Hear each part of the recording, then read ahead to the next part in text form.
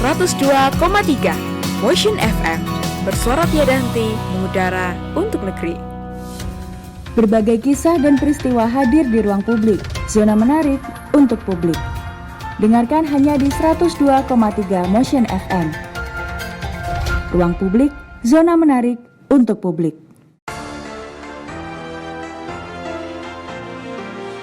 Keuntungan bisnis telur puyuh di masa pandemi. Pemerintah resmi menurunkan tarif tas TCR.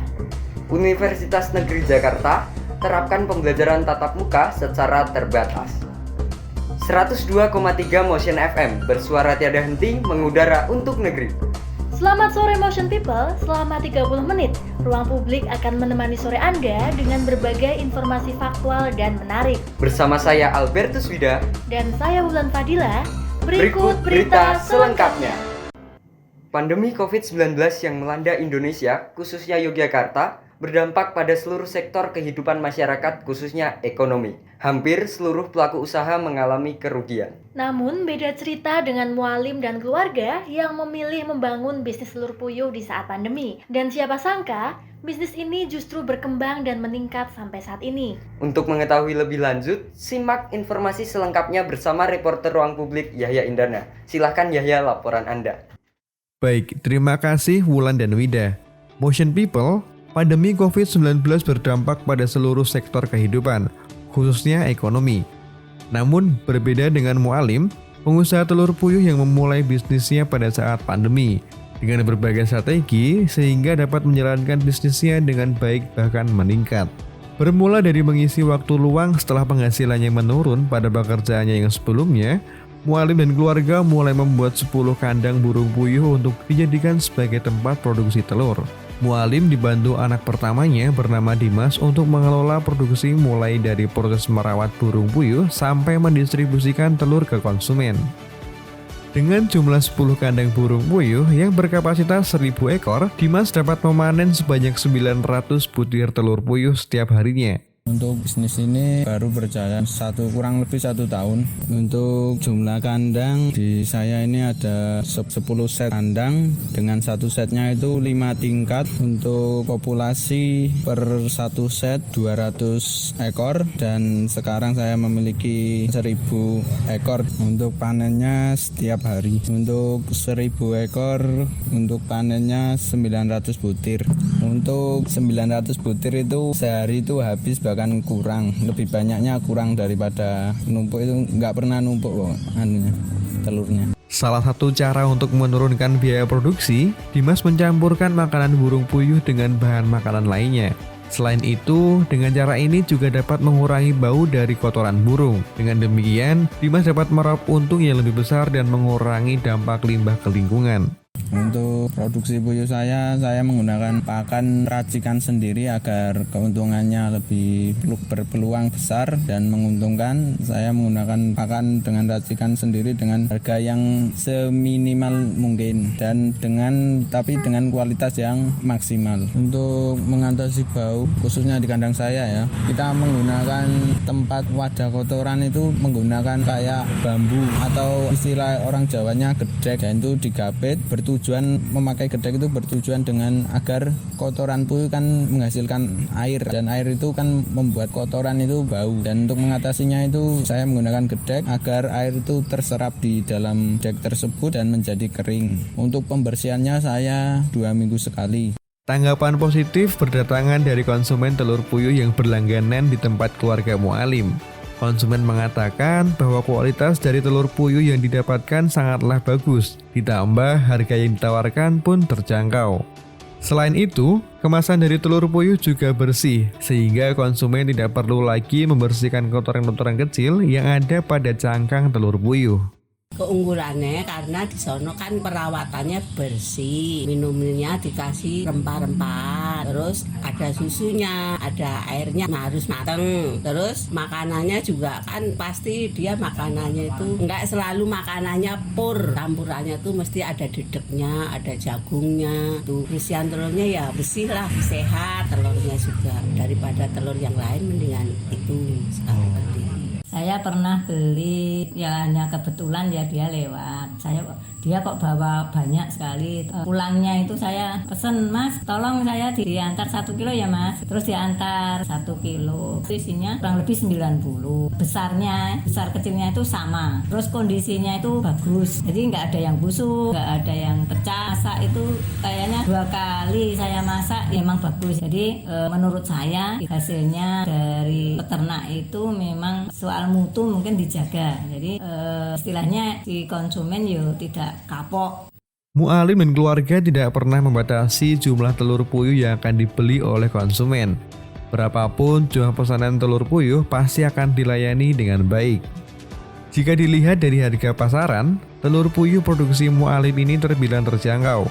Cukup dengan Rp25.000, konsumen sudah dapat membawa pulang 1 kilo telur puyuh dengan jumlah 90 butir. Demikian informasi yang dapat saya sampaikan. Dari Yogyakarta, Yahya Indana melaporkan untuk Ruang Publik. Kembali ke studio. Wah, ternyata berawal dari mengisi waktu luang bisa menjadi bisnis yang menjanjikan saat pandemi ya? Iya benar Wulan. Berbicara mengenai pandemi, ada informasi terkait tes PCR yang kembali ditetapkan sebagai syarat wajib perjalanan udara. Bersamaan dengan hal tersebut, pemerintah menurunkan tarif PCR yang sebelumnya Rp450.000 menjadi Rp300.000. Namun, beberapa pihak mengeluhkan kebijakan tersebut. Simak informasi selengkapnya bersama reporter Tata Riana. Silahkan Tata, laporan Anda. Berbicara tes PCR memang tidak ada hentinya. Pada 26 Oktober 2021, Menteri Koordinator Bidang Kemaritiman dan Investasi Luhut Binsar Panjaitan menyampaikan pemerintah telah menetapkan harga PCR Rp300.000 bagi calon penumpang pesawat. Namun, masyarakat tetap mengeluhkan peraturan ini karena sebelumnya syarat perjalanan udara hanya menggunakan hasil tes antigen. Masyarakat menduga bahwa ada pihak yang memanfaatkan PCR sebagai bisnis di tengah pandemi. Turunnya harga eceran tes PCR menjadi Rp300.000 pun dikeluhkan oleh sejumlah produsen alat tes PCR dan penyedia jasa layanan tes COVID-19. Salah satunya brand representatif Bumame Farmasi, Natasha Febrina. Ia mengatakan jika tarif diturunkan menjadi Rp300.000, pihaknya membutuhkan subsidi untuk menutup biaya operasional dan pengadaan APD tenaga kesehatan. Kalau misalnya untuk diturunkan menjadi seperti itu, sepertinya dari kami ada butuh subsidi juga nih gitu.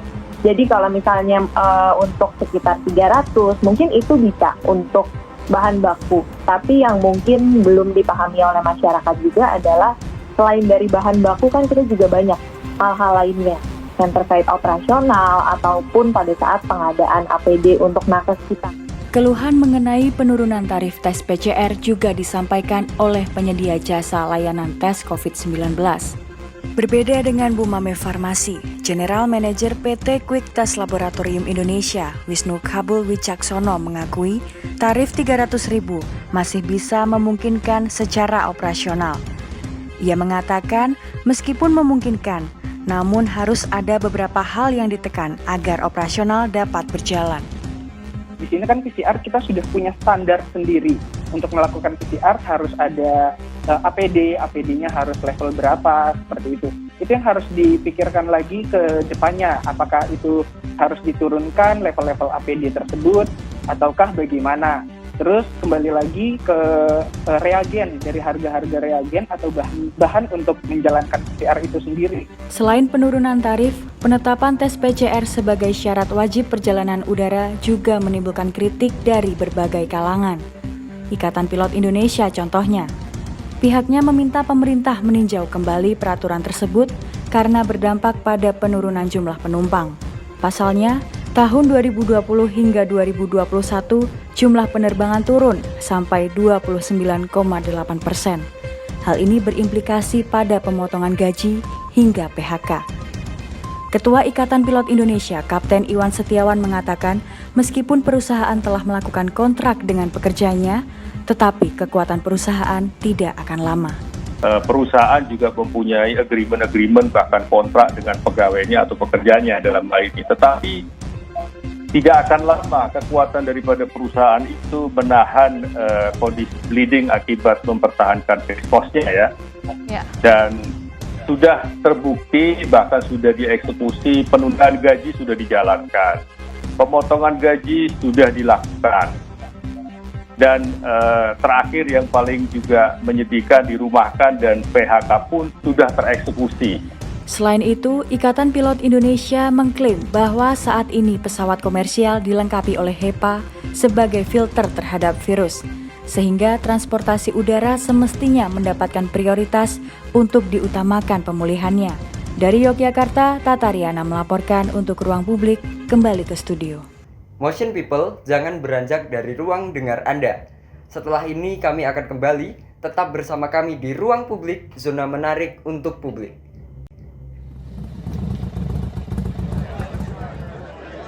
Tuh kan, bener, antrinya panjang, mana panas banget lagi. Ya ampun, sabar dong, kan semua orang juga mau dapat vaksin. Tak, depan kosong tuh, maju aja yuk. Jangan Sul, itu ada orangnya, gak mau nyerobot-nyerobot ih. Ya udah, kalau nggak mau aku sendiri aja. Dih, itu koruptif tahu. Sesekali nggak apa-apa kan? Loh, Mas, antri dong, enak banget nyerobot antrian. Mbak, siapa suruh keluar dari antrian? Gak bisa gitu dong Mas, semua udah dapat nomor antrian loh. Mbak maaf ya, tadi saya udah bilangin teman saya kok. Sul, jangan bikin ribut dong, malu dilihat orang, apalagi ini di Polres. Mas tahu nggak sih kalau Mas ini melakukan tindakan koruptif? Meskipun sederhana, tapi kalau kebiasaan bisa bahaya tahu. Tuh dengerin, aku kan udah bilang tadi. Ngeyel sih. Ya udah sih, orang nggak sering-sering juga kan? Ya meskipun nggak sering, tetap aja nggak baik. Kamu ambil hak orang lain loh. Coba kamu di posisi mbaknya, nggak enak kan? Iya juga sih. Ya udah, Mbak, saya minta maaf ya, nggak ngulangin lagi deh. Maaf ya Tak, tadi nggak dengerin kamu. Sedikit-sedikit, lama-lama jadi bukit. Begitu juga korupsi. Berawal dari hal kecil yang terbiasa, akan menjadi besar. Biasakan tertib mengantri untuk bantu cegah tindakan koruptif. Iklan layanan masyarakat ini dipersembahkan oleh Motion FM.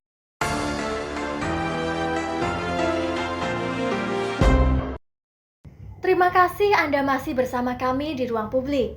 Berita selanjutnya, setelah hampir 2 tahun melakukan pembelajaran secara daring, kini sejumlah kampus mulai melakukan pembelajaran tatap muka secara terbatas, seiring melandainya kasus COVID-19 dan bertambahnya capaian vaksinasi. Salah satunya yakni Universitas Negeri Jakarta. Informasi selengkapnya akan disampaikan oleh reporter Syaula yang akan melaporkan untuk Motion People. Syaula, silahkan laporan Anda. Motion People, saat ini beberapa kampus sudah mulai melakukan pembelajaran tatap muka secara terbatas. Pemberlakuan tersebut tentunya harus memenuhi beberapa persyaratan sesuai dengan arahan keputusan bersama 4 menteri tentang panduan penyelenggaraan pembelajaran di masa pandemi COVID-19. Salah satu kampus yang sudah melakukan pembelajaran tatap muka secara terbatas ada Universitas Negeri Jakarta. Dosen sekaligus tim pengembang Wakil Rektor UNJ Melia Sari menjelaskan, keputusan UNJ melakukan pembelajaran tatap muka terbatas sudah melewati proses yang panjang. Beberapa persyaratan sudah dipenuhi untuk menunjang kesiapan UNJ dalam melakukan pembelajaran tatap muka. Ya, tentunya ada banyak persiapan ya. Para pimpinan juga sudah beberapa kali rapat membahas ini. Kemudian juga membuat kesepakatan dengan Satgas COVID-19 di Jakarta, menyiapkan segala fasilitas prokes. Dan UNJ sudah beberapa kali menyelenggarakan vaksin massal bagi para dosen, karyawan, mahasiswa untuk persiapan PTM. Keputusan ini pun disambut baik oleh para mahasiswa UNJ, salah satunya bagi mahasiswa Fakultas Ilmu Sosial Atikah Dini. Untuk bisa melakukan pembelajaran tatap muka, Atika harus menempuh perjalanan kurang lebih 1 jam dengan jarak 17 km dari rumah menuju kampus. Atika menggunakan kereta api komuter lain untuk kendaraannya ke kampus. Namun sebelum itu, ia harus terlebih dulu memesan ojek online yang mengantarkannya menuju stasiun pemberangkatan. Begitupun ketika tiba di stasiun tujuan, Atika harus kembali melanjutkan perjalanan menggunakan ojek online untuk sampai ke kampus dengan cepat. emang kalau untuk PTM tuh harus ada usaha lebih sih ya, bangun pagi, mandi, terus mesti siapin ongkos buat makan, transport, karena saya dari rumah kan bolak-balik gitu kan ke kampus naik kereta gitu, jadi harus ekstra juga protokol kesehatannya supaya saya tuh nggak tertular sama di angkutan umum gitu. Saya juga udah vaksin 2 kali, terus pakai masker yang berlapis, dan nggak lupa juga siapin masker cadangan di tas. Tak hanya itu, Motion People, pengalaman lain juga dirasakan oleh mahasiswa dari jurusan Pendidikan Tata Boga, Rashid Wijaya. Rashid menceritakan, PTM ini menghadirkan tantangan tersendiri baginya. Terlebih, Rashid adalah mahasiswa Tata Boga. Tentu bukan hal yang mudah untuk melakukan praktik mengolah makanan di kondisi saat ini. Jika saya melakukan praktik masak, yang seharusnya kita masak-masak di kampus full time gitu ya, jadi dari barang yang belum jadi dimasak, diolah di sana langsung jadi. Karena kondisi kayak gini, jadi masaknya harus dipersingkat. Jadi untuk masaknya pertama harus dari rumah setengah matang, lalu dibawa ke kampus untuk melakukan finishing dan juga platingnya. Untuk alat-alat juga dipastikan sudah disterilisasi terlebih dahulu gitu ya. Kita juga menggunakan sarung tangan, plastik, masker, dan juga dosennya mencicipi masakan kita juga menggunakan sendok masing-masing seperti itu. Motion People, memang saat ini belum semua program studi di Universitas Negeri Jakarta sudah memberlakukan pembelajaran tatap muka. Hanya program studi dengan mata kuliah praktik yang sudah diizinkan PTM dengan kapasitas 50%. Beberapa persyaratan seperti telah divaksinasi, persetujuan dari orang tua, dan mengisi Google Form untuk pendataan wajib dipenuhi oleh mahasiswa yang melakukan pembelajaran tatap muka. Dari Jakarta, Syaula melaporkan untuk Ruang Publik kembali ke studio. Motion People, di masa pandemi banyak masyarakat yang was-was saat berkunjung ke tempat wisata, tidak terkecuali di Yogyakarta. Namun saat ini Anda tidak perlu khawatir untuk mengunjungi tempat wisata Malioboro. Pengunjung di Malioboro akan dipilih secara acak untuk menjalani vaksin atau tes antigen saat berkunjung pada akhir pekan. Untuk mengetahui lebih lanjut, simak informasi selengkapnya bersama reporter Ruang Publik, Devita Melina. Silahkan laporan Anda. Wisnu Yoga Wijaya adalah salah satu wisatawan Malioboro yang terpilih sampling acak vaksinasi COVID-19. Lelaki berusia 24 tahun ini berkunjung ke Yogyakarta untuk berlibur bersama dengan keluarganya dari Majalengka. Saat berjalan-jalan di area Malioboro, Yoga lalu ditanyai petugas kesehatan apakah sudah tervaksinasi. Ia yang sebelumnya belum pernah divaksin harus terjaring petugas kesehatan dan dibawa ke posko vaksinasi COVID-19. Sebelum divaksin, diwajibkan menunjukkan KTP untuk dimasukkan dalam data vaksinasi. Setelah itu, menunggu giliran untuk divaksin.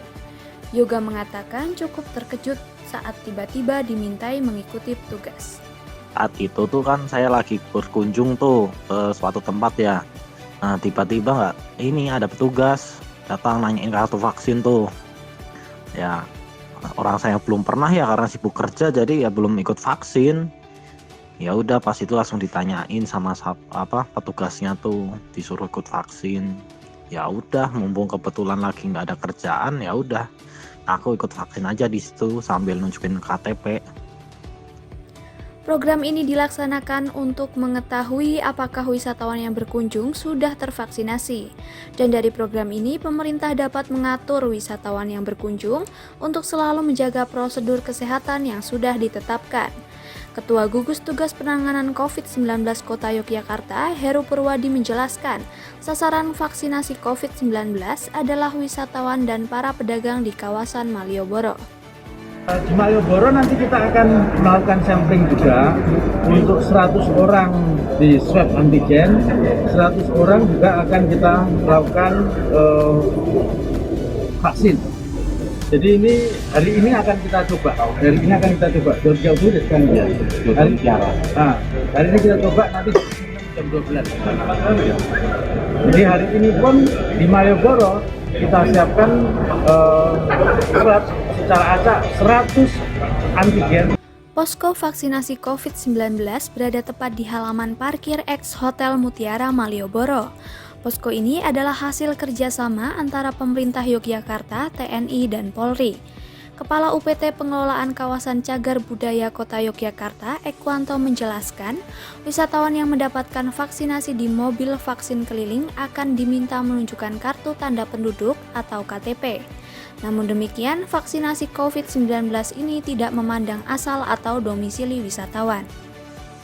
Pemerintah menyediakan vaksin gratis tepatnya di depan Hotel Mutiara.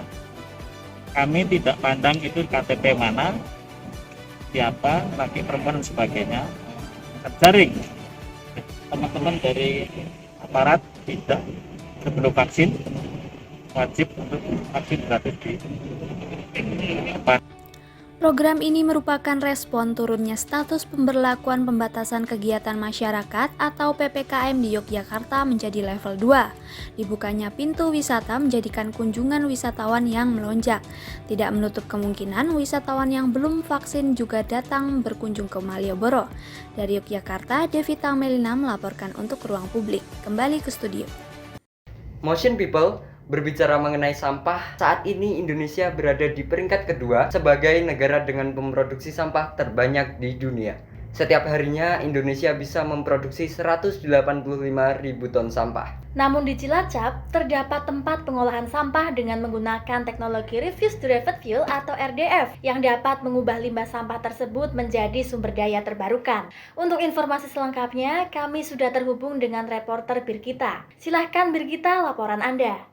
Baik, terima kasih Wulan. Pengolahan sampah dengan teknologi RDF merupakan salah satu tonggak baru penanganan sampah di Indonesia. RDF merupakan teknologi pengolahan sampah dengan nilai kalor dan spesifikasi tertentu dan dapat dijadikan bahan bakar alternatif pengganti batu bara. Lokasi RDF berdekatan dengan tempat pembuangan akhir TPA Jeruk Legi dan PT Solusi Bangun Indonesia Cilacap, Jawa Tengah.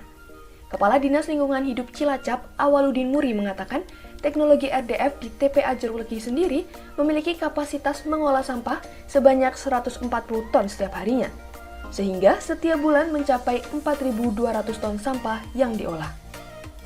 Ini suatu kemajuan yang luar biasa dari RDF. Tadinya 120 ton per hari, sekarang sudah menjadi 140 ton per hari. Sampah sebanyak itu merupakan sampah di Cilacap Selatan, Cilacap Tengah, dan Cilacap Utara, serta ditambah dengan Kecamatan Kesugihan dan Jeruk Legi. Untuk proses pengolahan dari sampah RDF sendiri, berawal dari sampah rumah tangga yang sudah dipilah di bank sampah setempat.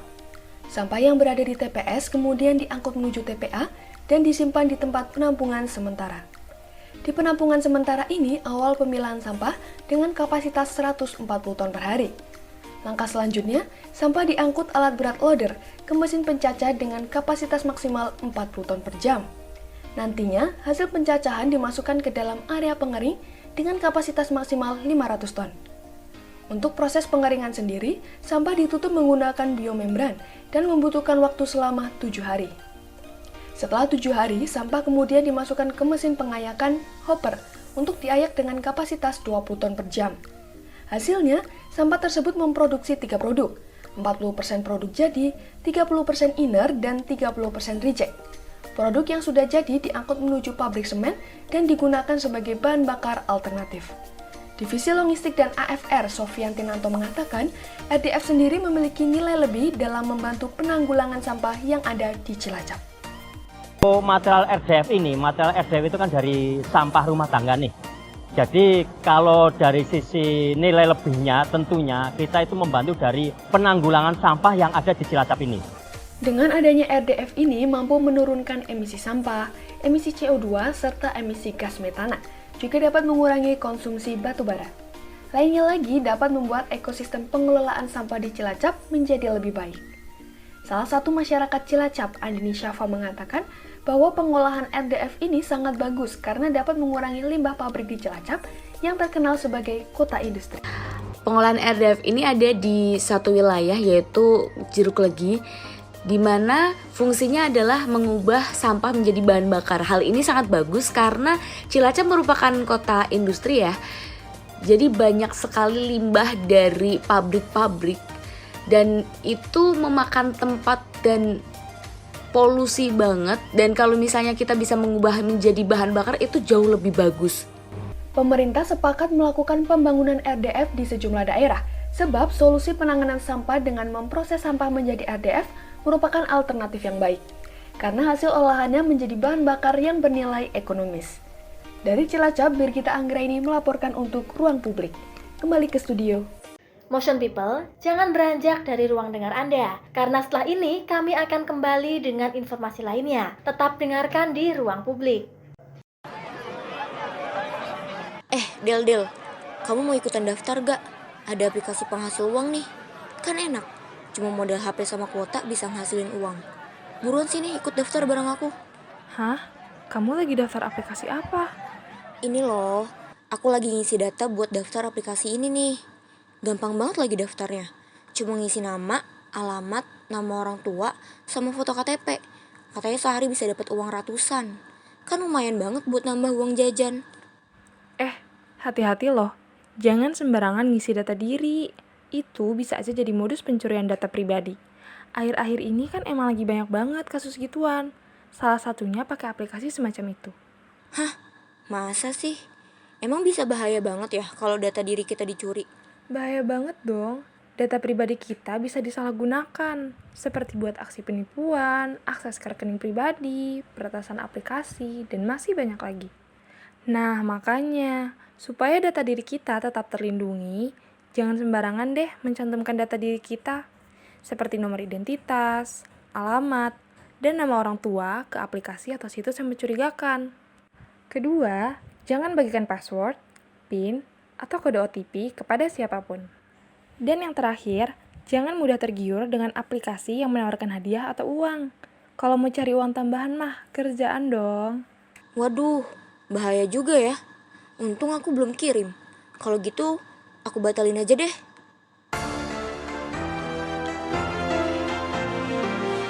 Iklan layanan masyarakat ini dipersembahkan oleh Motion FM.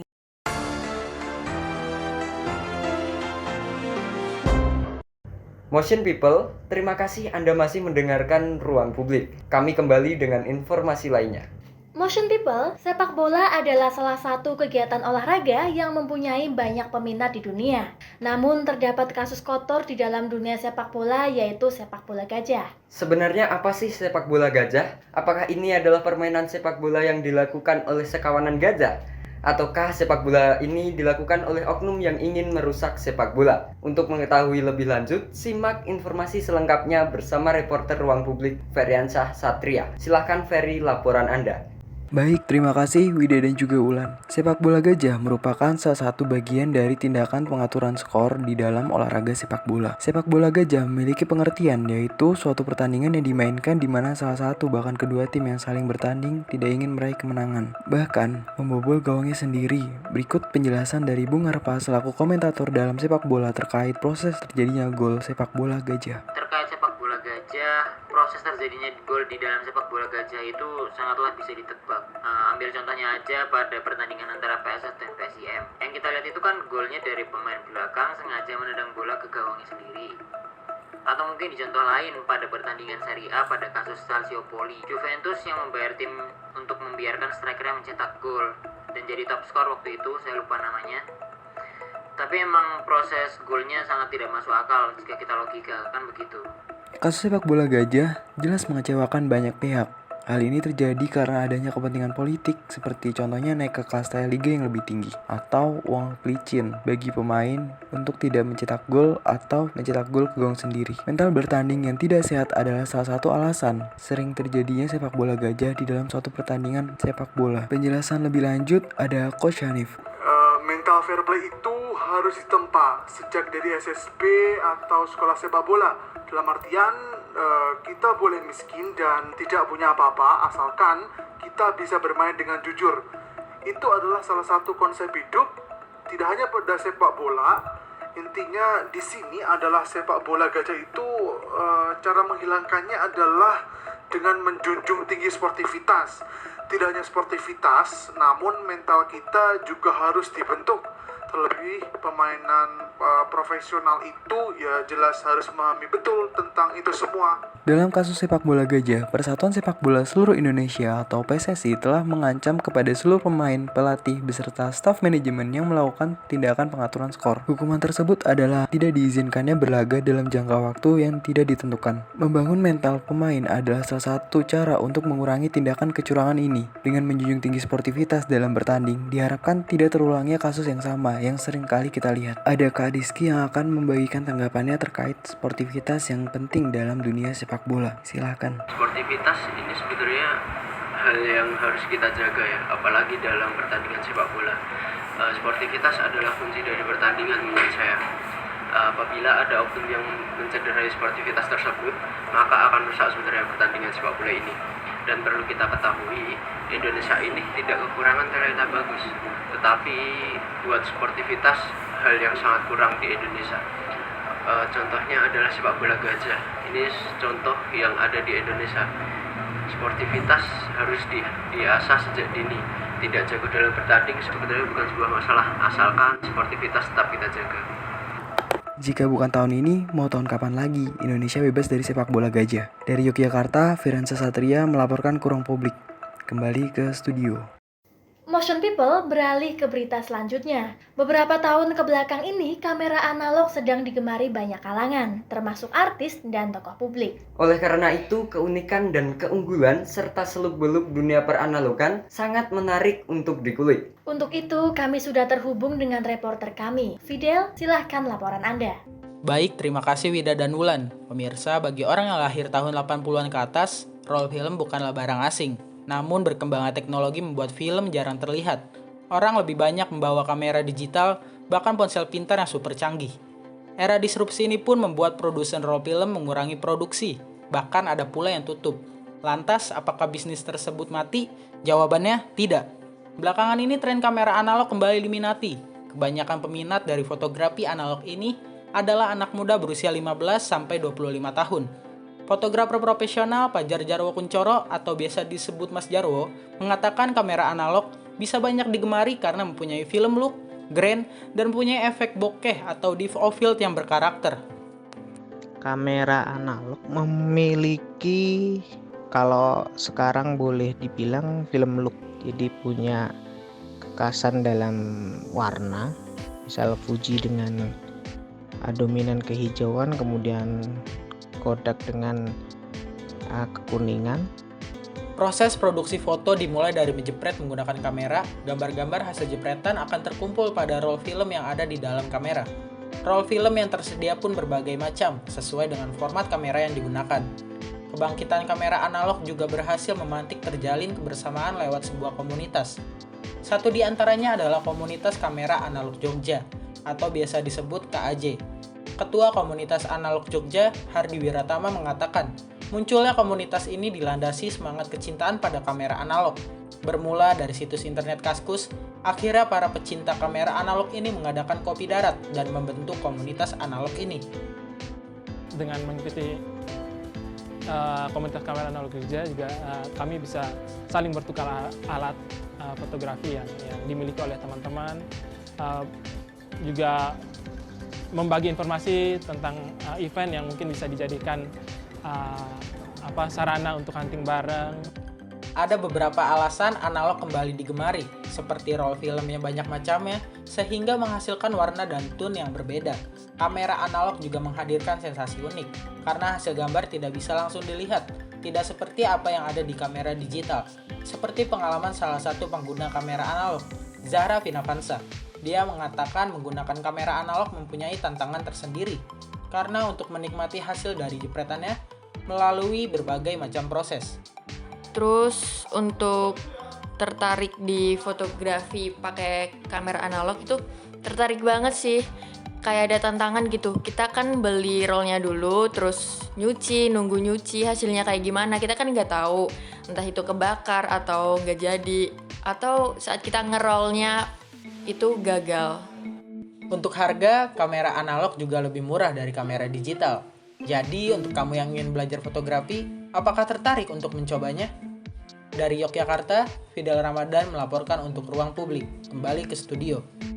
Motion People, selama 30 menit kami sudah mengisi ruang dengar Anda. Terima kasih telah mendengarkan Ruang Publik edisi hari ini. Dan terus dengarkan Ruang Publik setiap hari pukul 3 sore waktu Indonesia bagian Barat. Tidak lupa kami juga mengajak Anda untuk selalu menjaga kesehatan dan mematuhi protokol kesehatan. Saya Albertus Wida. Dan saya Wulan Fadila, pamit undur diri dari Ruang Dengar Anda. Terima kasih dan Sampai jumpa.